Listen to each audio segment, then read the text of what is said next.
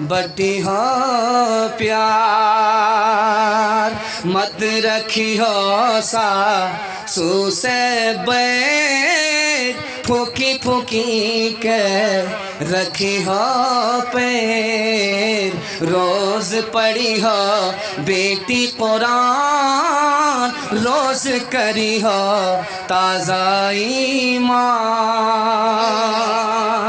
بہت پیارا مطالعہ تیزی کے ساتھ نکل گیا، 2-3 پیغام دیتا ہوں، آپ کا جلسہ بھی نکل جائے گا۔ ہاتھی پاس ہو گیا، صرف دم پھنسی ہے، ایک دھکا مار کر کے اس کو بھی پاس کر دیں گے۔ ہاتھ اٹھا دیجیے انشاءاللہ، ڈرنے کی کوئی ضرورت نہیں، بالکل صحیح جا رہا ہے۔ اگر آپ ہاتھ نہیں اٹھائیں گے میرا ڈبل پنکچر ہوگا، آپ کا ٹریپل پنکچر ہو جائے گا۔ جلسہ کو جلدی ختم ہونا ہے، 3 پیغام آپ کو دینے کے لیے جا رہا ہوں، اور بہت ماحول کے ساتھ بڑے ادب کے ساتھ آپ لوگ بیٹھے ہیں۔ اللہ آپ کے جوان بیٹے کو آپ کی خدمت کے لیے قبول فرمائے، آپ کی گھر کی عورت کو فاطمہ اور عائشہ کا نمونہ بنائے، اللہ آپ کی عمر میں خوب خوب برکت دے، بیماری کو دور فرمائے، دین دنیا دونوں کی بھلائی سے اللہ مالا مال فرمائے، آمین بولی۔ قبولیت کی گھڑی خدا آسمان پر آ چکا ہے۔ دھیان دیجیے گا، مسلمان آج ذلیل کیوں ہے؟ یہ مطالعہ میں آپ کی خدمت پہ لے کر کے آ رہا ہوں۔ مسلمان آج ذلیل کیوں ہے؟ ایک لائن میں اس کا جواب ہے، مسلمان نے اپنے نبی کی سنت کو چھوڑ دیا، اس لیے قدم قدم پر یہ ذلیل ہو رہا ہے۔ جب تک سنت کو دانت سے نہیں پکڑے گا اس کو عزت نہیں مل سکتی۔ ایران کو فتح کرنے والے صحابی ایران کے دربار میں آئے تو کیا دیکھا کہ بادشاہ بیٹھا ہوا ہے، سب لوگ کھڑے۔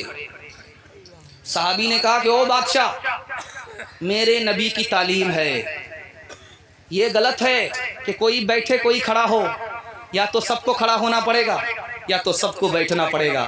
اللہ کے یہاں کوئی بڑا نہیں کوئی چھوٹا نہیں۔ دربار نے روکا، بادشاہ سے ملنے کے لیے جا رہے ہو، نہیں جا سکتے، تمہارا پھٹا پرانا کپڑا ہے، اس کو اتارنا پڑے گا، ہم جو کپڑا دیں گے اس کو پہننا ہوگا۔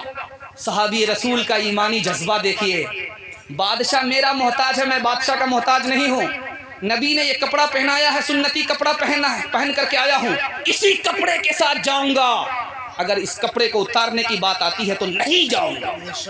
تیسری مثال دے رہا ہوں، دھیان سے سنیے گا، صحابی رسول ہیں، مدینہ سے مکے آئے ہیں، تو کیا ہے، پائجامہ ٹخنے سے اوپر ہے، پائجامہ ٹخنے سے اوپر ہے۔ مکہ والے حیرت سے دیکھنے لگے، تو مکے میں تھے پائجامہ ٹخنے سے نیچے تھا، مدینہ سے آئے ٹخنے سے اوپر پائجامہ ہے۔ کہا کہ میرے نبی کا پائجامہ ٹخنے سے اوپر ہے، یہ نبی کی سنت ہے۔ کہا نیچے کرو، کہا جان تو جا سکتی ہے، نبی کی سنت کو چھوڑ نہیں سکتا۔ چوتھی بات بتانے کے لیے جا رہا ہوں، آپ کے دل میں نبی کا جتنا ادب ہوگا اللہ آپ کو اتنا مالا مال کرے گا، آپ کی اولاد کو اتنا مالا مال کرے گا۔ دھیان سے سنیے گا، میں سنانے کے لیے جا رہا ہوں۔ جنگ کا میدان ہے، ادھر سے تیر کی بارش ہو رہی ہے، ادھر نبی کھڑے ہیں، نبی کو بچانا ہے۔ اب صحابی نے سوچا کہ اگر پیٹھ ادھر ہوگی تو بے ادبی ہوگی، نبی کی طرف پیٹھ ہو جائے گی بے ادبی ہوگی، پیٹھ کو تیر کی طرف کر دیا، چہرہ نبی کی طرف کر دیا، تاکہ جنگ کے میدان میں بھی نبی کی طرف میری پیٹھ ہو کر بے ادبی نہ ہو جاؤ۔ ایک بات یاد رکھیے، بنیے سے زیادہ سیانہ کوئی نہیں ہوتا، بنیا سے سیانہ کوئی نہیں ہوتا۔ اگر کوئی دعویٰ کرتا ہے کہ میں بنیا سے زیادہ چالاک ہوں تو بے وقوف ہے، بنیا سے زیادہ چالاک آپ کبھی نہیں ہو سکتے۔ اگر کوئی آج دعویٰ کرتا ہے کہ میں صحابہ سے زیادہ عاشق ہوں تو اس سے بڑا پاگل کوئی اور نہیں ہو سکتا، صحابہ سے بڑھ کر کے کوئی عاشق ہو ہی نہیں سکتا۔ انشاءاللہ صحابہ کو دیکھ کر کے کھڑے ہوں گے، سنت پر کھڑے ہوں گے، مرنے سے لے کر کے جینے تک، جینے سے لے کر کے مرنے تک کھڑے ہوں گے۔ ہاتھ اٹھا دیجیے انشاءاللہ، بڑھاپے میں داڑھی رکھیں گے، ہاتھ اٹھائیے انشاءاللہ، پوری جوانی گول۔ جس دور پہ نازاں تھی دنیا اب ہم وہ زمانہ بھول گئے، غیروں کی کہانی یاد رہی ہم اپنا فسانہ بھول گئے، تکبیر تو ابھی ہوتی ہے مسجد کی فضا میں اے انور، تکبیر تو ابھی ہوتی ہے مسجد کی فضا میں اے انور، جس ضرب سے دل ہل جاتے ہیں وہ ضرب لگانا بھول گئے۔ مسجد آ کر کے جنازہ پڑھیں گے، ہاتھ اٹھا دیے انشاءاللہ بالکل صحیح جا رہا۔ یہ دیکھیں دھوکے میں آ گئے کہ اسٹیج سے جب بولا جا رہا ہے صحیح آ رہا تو بالکل صحیح جا رہا، کنیا کے بھی ماموں دلہا کے بھی ماموں، ادھر بھی صحیح ادھر بھی صحیح۔ دھیان دیجئے گا، ایک بڑا پیارا مطالعہ آپ کی خدمت میں لے کر کے آ رہا ہوں۔ جب آدمی کو دو پیسہ ہوتا ہے تو دوسرے کو حقیر سمجھتا ہے، یہ بہت بڑا نقصان دہ ہے جو میں آپ کو سنانے کے لیے جا رہا ہوں۔ اس کو بہت دل سے سنیے گا، بہت ادب کے ساتھ سنیے گا، یہ پورے جلسے کا خلاصہ ہے جو میں آپ کو سنانے کے لیے جا رہا ہوں۔ ہمارے بغل کا پڑوسی اب پیسہ والا نہیں ہے تو دل میں اس کی عزت بھی نہیں ہے، اس کا احترام بھی نہیں، اس کی طرف دھیان بھی نہیں ہے۔ آپ لاکھ نمازی ہو جائیے، لاکھ حاجی ہو جائیے، آپ کے اندر دین نہیں ہے، اب نام کے مسلمان ہیں، کام کے مسلمان نہیں۔ دوسری بات کو یاد رکھیے، نبی سے ملاقات کرنے کے لیے دو آدمی آ رہے ہیں، ایک غریب ہے دوسرا امیر ہے۔ دوسرا امیر ہے اور یہ غریب ہے، غریب اپنا آدمی ہے، گھر کا آدمی ہے، مسلمان ہے، جو امیر ہے وہ مسلمان نہیں ہے۔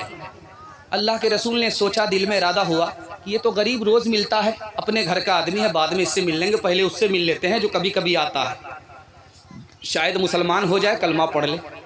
اللہ نے روک دیا کہ اس غریب کے اندر طلب ہے، اس امیر کے اندر طلب نہیں ہے، پہلے اس سے ملو، اس کو چھوڑ دو۔ تیسری مثال دے رہا ہوں، دھیان سے سنیے گا۔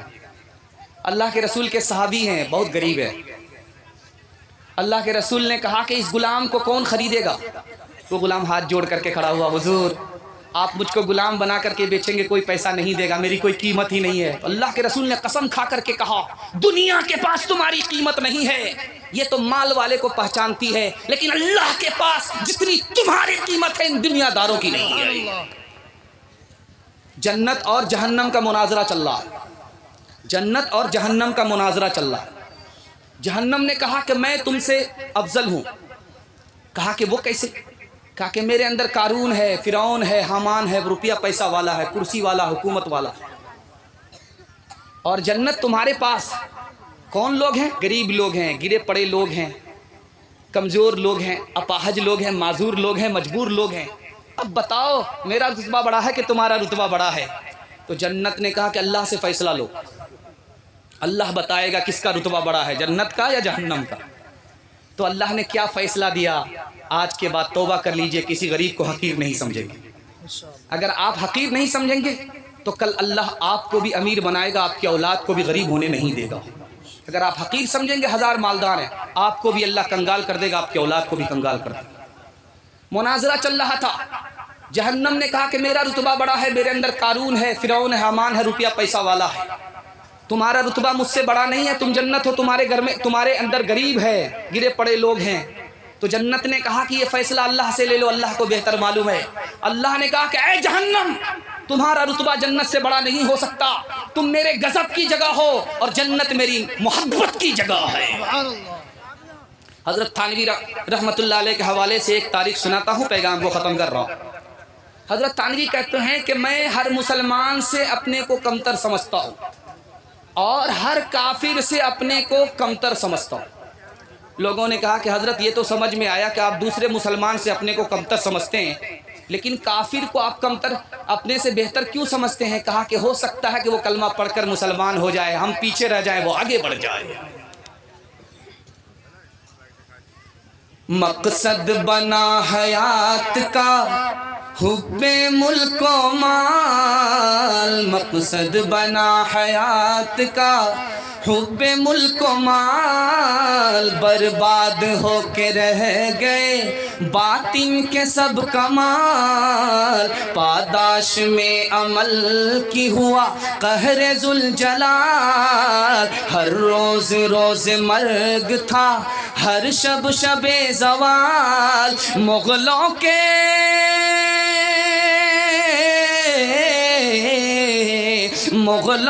اقتدار کا پرچم ہی جھک گیا، دریا جو چڑھ رہا تھا، دریا جو چڑھ رہا تھا، وہ دریا ہی رک گیا، ملتی ہے ظالموں کو زمانے میں کب پناہ، ظالم پہ ہر فلاح کی ہوتی ہے بند راہ، قرآن پڑھ کے دیکھ لو آیات ہے گواہ، برباد ملک ہو گئے قومیں ہوئی تباہ، فرعون غرق ہو گیا، فرعون غرق ہو گیا دریائے نیل میں، شاہی خزانہ کھو گیا، شاہی خزانہ کھو گیا دریائے نیل میں۔ انشاءاللہ دوسرے کو اپنے سے اچھا سمجھیں گے اور غریب کو حقیر نہیں سمجھیں گے۔ ہاتھ اٹھا دیجئے انشاءاللہ۔ غریب کی لڑکی سے فری میں شادی نہیں کریں گے، ہاتھ اٹھائیے انشاءاللہ۔ یہ دیکھیں، ذرا دھیان رکھیے گا۔ آخری پیغام، آخری مطالعہ 3 منٹ میں آپ کے سامنے لے کر کے آ رہا ہے۔ اللہ آپ کی بیداری کو سلامت رکھے، آپ بیدار بھی ہیں۔ اگر آپ کی جوان بیٹی ہے اور غریب ہیں، اللہ غیب سے آپ کی مدد فرمائے، رشتے کا غیب سے انتظام فرمائے۔ دھیان دیجیے گا، سنانے کے لیے جا رہا ہوں۔ اتنا بڑا مجمع ہے، لیکن کچھ لوگ تو اندر بھی انسان ہیں، باہر بھی انسان ہیں، لیکن کچھ لوگ ہیں اندر سے تو جانور ہیں، باہر سے انسان ہیں۔ یہ کون لوگ ہیں؟ یہ نمونہ میں آپ کو دینے کے لیے جا رہا ہوں۔ جو اللہ کا غلام نہیں ہے، نفس کا غلام ہے، نفس کو بے لگام چھوڑ دیا ہے۔ یہ شکل کا انسان ہے لیکن سوچ کے اعتبار سے جانور ہے، جانور سے بھی بدتر ہے۔ دوسری بات یاد رکھیے، سکون کس کو نہیں ملتا؟ جو نفس کا غلام ہے اس کو سکون نہیں ملتا، جو خدا کا غلام ہے اس کو قدم قدم پر سکون ملتا ہے۔ تیسری بات یاد رکھیے، آپ کا چھوٹا بچہ ہے، منہ میں دانت نہیں ہے، دودھ پی رہا ہے۔ جب اللہ تعالیٰ نے اس کو دانت دے دیا، اب دودھ چھڑانا پڑتا ہے۔ چھوٹا بچہ تھا، دودھ پی رہا تھا، منہ میں دانت نہیں تو ماں اس کو پلا رہی ہے اور وہ شوق سے دودھ پی رہا ہے، لیکن جیسے ہی منہ میں دانت آ گیا تو مطلب کیا ہوا؟ اب یہ بسکٹ کھانے کے لائق ہو گیا، اب دودھ چھڑایا جاتا ہے۔ اگر آپ دودھ چھڑائیں گے بچہ روتا ہے، رونے کی پرواہ نہیں کرتے ہیں، دودھ چھڑاتے ہیں تاکہ یہ روٹی کھائے، روٹی کا مزہ چکھے، ورنہ تو عمر بھر بھی وہ دودھ ہی پیے گا۔ یہ نفس آپ کا غلام ہے، اس سے گناہ چھڑوائیے۔ یہ گناہ جب چھوڑے گا تو آپ کو برا لگے گا، لیکن آپ جب تک نہیں چھڑائیں گے یہ بچے کی طرح دودھ ہی پیتا رہے گا، گناہ ہی کرتا رہے گا۔ ایک راز کی بات بتا رہا ہوں، دھیان سے سنیے گا۔ رات کا سناٹا ہے، رات کا سناٹا ہے، بچے نے ماں کی گود میں پیشاب کر دیا، بستر پر پیشاب کر دیا۔ اس ماں کو دیکھیے، پیشاب پر وہ خود سو جاتی ہے اور بچے کو سوکھے پر سلا رہی ہے۔ ماں کی نیند اڑ گئی، اس کو کچے پر نیند نہیں آ رہی، بچہ خراٹے سے سو رہا ہے۔ ماں نے یہ قربانی کیوں دیا؟ تاکہ بچہ برباد نہ ہو جائے، بیمار نہ ہو جائے۔ آپ کو بھی قربانی دینی پڑے گی اگر اللہ کا غلام بننا ہے۔ 3 دنیا ہے، میں آپ کو سنا رہا ہوں، اللہ آپ کے علم میں اضافہ فرمائے، میرے مطالعہ کو تازہ فرمائے۔ ایک دنیا ہے جہاں سکھ ہی سکھ ہے، دکھ کا نام نہیں ہے۔ ایک دنیا ہے وہاں سکھ ہی دکھ ہے، سکھ کا نام نشان نہیں ہے۔ ایک دنیا ہے وہاں سکھ بھی ہے، دکھ بھی ہے، دونوں بھی ہے۔ اگر سکھ آئے تو آپ کو صبر کرنا ہوگا، سکھ آئے تو آپ کو شکر کرنا ہوگا۔ انشاءاللہ کریں گے، ہاتھ اٹھا دیجیے۔ یوٹیوب چینل دوستو، ہر دن کی نئی اپڈیٹ پانے کے لیے ہمارے یوٹیوب چینل کو سبسکرائب ضرور کریں۔ سبسکرائب کرنے کے لیے نیچے دی گئی